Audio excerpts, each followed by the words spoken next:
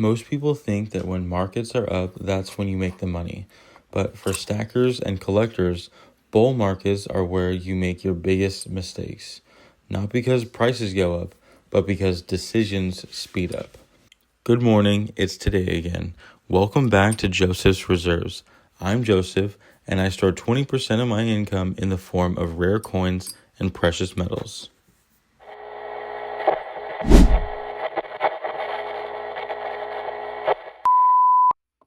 Congratulations to Emmanuel for being the first comment on my video yesterday. Thank you for showing the support.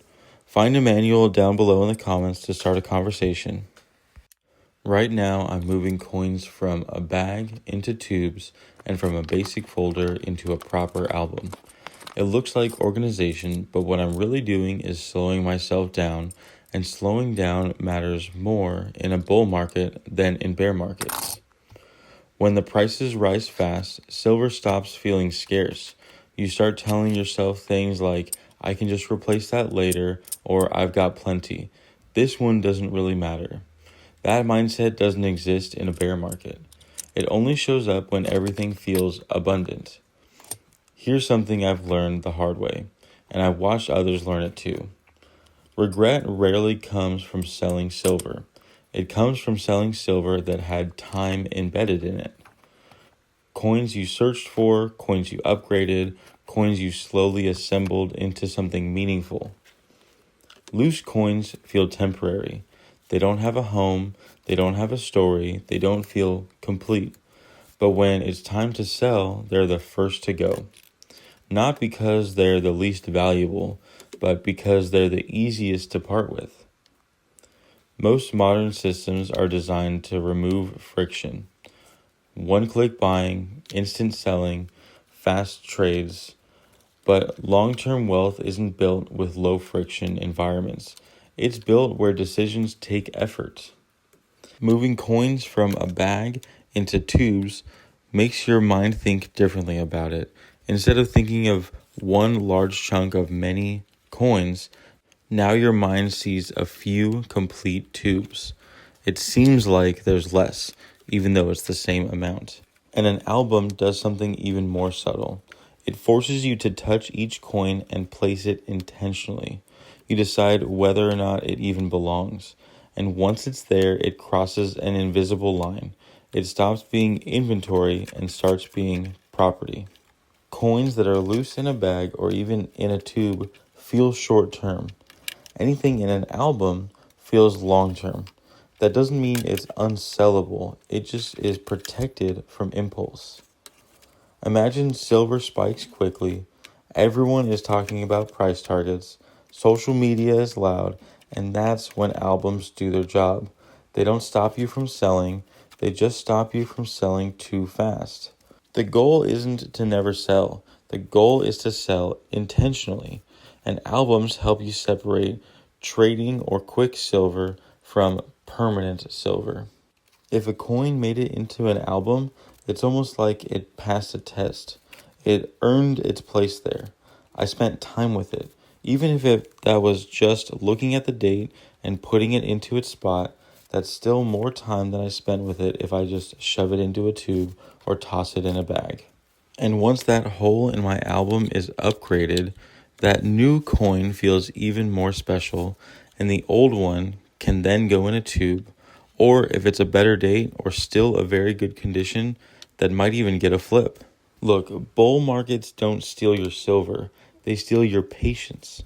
And impatience is what causes you to regret your sales later. Albums and processes like this won't make you richer overnight, but they will protect you from doing the kinds of mistakes that will take you years to undo. Now, this is the part that usually gets misunderstood. Yes, when you use an album, you're going to start looking at years. You're going to start noticing the mint marks, and you're going to see where things feel crowded and where things feel empty. But noticing these things doesn't mean you need to chase them. It doesn't mean you need to buy the expensive coins, the really nice condition, or the key dates. It doesn't turn into a shopping list. When you see an empty space, it doesn't mean that you need to have it.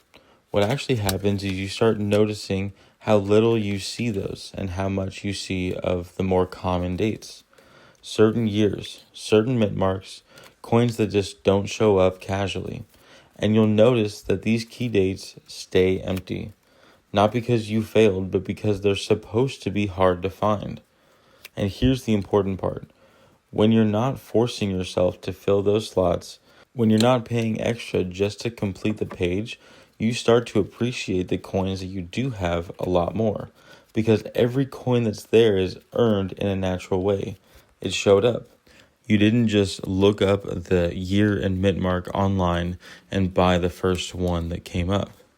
Maybe you searched through bags at a coin shop or just bought a bulk lot and searched through them at home. Either way, you'll quickly notice which ones are hard to find. And then something interesting happens. When you finally do come across one of those harder dates, you feel it. You recognize it instantly, not because it's expensive, but because it's absent. And that's what albums teach you: patience, recognition, and restraint. And without even trying, hard lines are formed. Liquid coins over here and coins that will never be sold over here. Not because of the price, but because of intention. Completion is optional, but discipline isn't. Albums don't tell you what to buy, they teach you how to value what you already own. The albums help you put these coins a little farther into your deep stack.